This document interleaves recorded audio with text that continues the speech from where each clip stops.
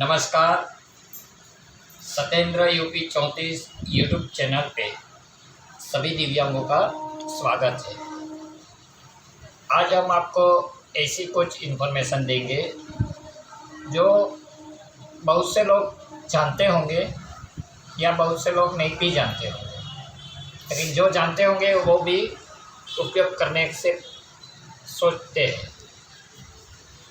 जिस तरह आप जानते हो कि सन 2024 अप्रैल से लेकर मई जून तक जो टाइम टेबल होगा हमको भी पता नहीं है। उस दरमियान लोकसभा का चुनाव होने वाला है, तो उस चुनाव के अनुसार हर एक भारतीय नागरिक जो 18 साल से पूरा कर चुके हैं, उन लोगों ने जिसका इलेक्शन कार्ड है या अप्लाई कर चुके हैं, भले ना आया हो लेकिन अप्लाई कर चुके हैं, वो सबको अपना वोट देना एक मूलभूत अधिकार है।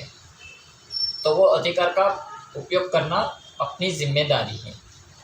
जो सरकार को आप चुनोगे वही सरकार से आप सवाल कर सकते हो। अगर आप वोट देने जाओगे ही नहीं तो आप सवाल किसको करोगे? हम बोलते कि ये सरकार हमारे लिए कुछ नहीं कर रही है, तो हमने वोट दिया कब कि हम उसको सवाल करेंगे? क्योंकि जब चुनाव आता है तो तुमको कानून एक इजाज़त दे रही है कि तुम किसको पसंद कर रहे हो, कौन तुम्हारा हित सोच रहा है, या तो कौन तुम्हारा कल्याणकारी विचारों को आगे बढ़ाने का करने की कोशिश कर रहा है। लेकिन हम वोट देने के लिए सोचते हैं कि बहुत लंबी कतारें हैं, बहुत टाइम चला जाएगा, हमारा काम बर्बाद हो जाएगा, हमको आने जाने की परेशानी हो रही है। तो गलत बात है। जिस तरह आपके घर में कोई बीमार है, आप उसको हॉस्पिटल लेकर जा रहे हो, तब क्यों नहीं सोचते कि आपका समय बर्बाद हो रहा है, आपका काम खराब हो रहा है? तब ये नहीं सोच रहे हो, तो ये समय पे क्यों आप सोच रहे हो? आपको वोटिंग करना बहुत ज़रूरी है और अपना बहुमूल्य वोट जो आप पसंद कर रहे हो, जिस सरकार को, कोई भी क्यों ना हो, हम ये नहीं कहेंगे कि आप बीजेपी को वोट दो या कांग्रेस को दो या तृणमूल को दो, आप किसी को भी वोट दो, लेकिन सोच समझकर पहले पता करिए कि जिसको आप वोट देने जा रहे हो उसके ऊपर कोई कानूनी दावपेच तो नहीं चल रहा है, कोर्ट में कोई एफआईआर तो है कि नहीं। क्योंकि बहुत सारे लोग गुनाह कर के एफआईआर चलती रहती है, केस चलता रहता है, फिर भी चुनाव लड़ते हैं प्रतिबंध होने के बावजूद। वो नहीं तो उसके घर वाले, जैसे लालू प्रसाद यादव था, तो खुद जब जेल में चला गया तो उसने अपनी पत्नी को खड़ी कर दिया, राबड़ी देवी को, और वो जीत के अपना काम चलाते रहा। लालू प्रसाद के कहने पर राबड़ी देवी काम करती थी। तो उसी तरह आप पहले पता करिए कि जो इंसान इलेक्शन में खड़े हैं उसके घर में किसी के ऊपर कोई मुकदमा चल रहा है। अगर चल रहा है तो उस इंसान को हमको वोट देना नहीं चाहिए। फिर आपको ये जानकारी होनी चाहिए कि वोट देने के टाइम अगर जो उम्र लायक है, जो 60 साल से ऊपर है, जो चल फिर नहीं सकते, उन लोगों के लिए, साथ में दिव्यांगों के लिए, जिसको दिखाई नहीं देता या जो चल फिर नहीं सकते हैं, शारीरिक विकलांगता जिसको है, उन लोगों के लिए सरकार ने एक व्यवस्था की हुई है कि आप वोटिंग से पहले एक नंबर दिया गया है, उस नंबर पे आप कांटेक्ट करिए, अपना एड्रेस, अपना जहाँ का बूथ है वो, अपना इलेक्शन कार्ड का आईडी नंबर सब रजिस्टर करवाइए। तो वोटिंग के दिन आपको सरकार की तरफ से खुद सर्विस दी जाएगी कि आपको घर से वोटिंग बूथ तक लेकर जाया जाएगा और वापस ड्रॉप भी किया जाएगा, और उसमें कोई आपको शुल्क देना नहीं है, और वो अपने हिसाब से ले जाएंगे, अपने हिसाब से छोड़ देंगे, जिससे कि आपको कतार में भी लंबा खड़े रहने की ज़रूरत नहीं पड़ेगी। दूसरी चीज़, बहुत से दिव्यांग ऐसे भी कहेंगे कि भाई वोटिंग करने हम जाएंगे तो हमको तो समझ में नहीं आता कि भाई वोटिंग मशीन से जो है तो हम कैसे करेंगे। तो उसमें हर एक बटन पे ब्रेल का निशान दिया गया है, जो निशान के अनुसार आपको अपना वोट देना है। और ना समझ में आए तो वॉलंटियर वहाँ रहते हैं, उससे आप पूछ सकते हो, वो बता देंगे।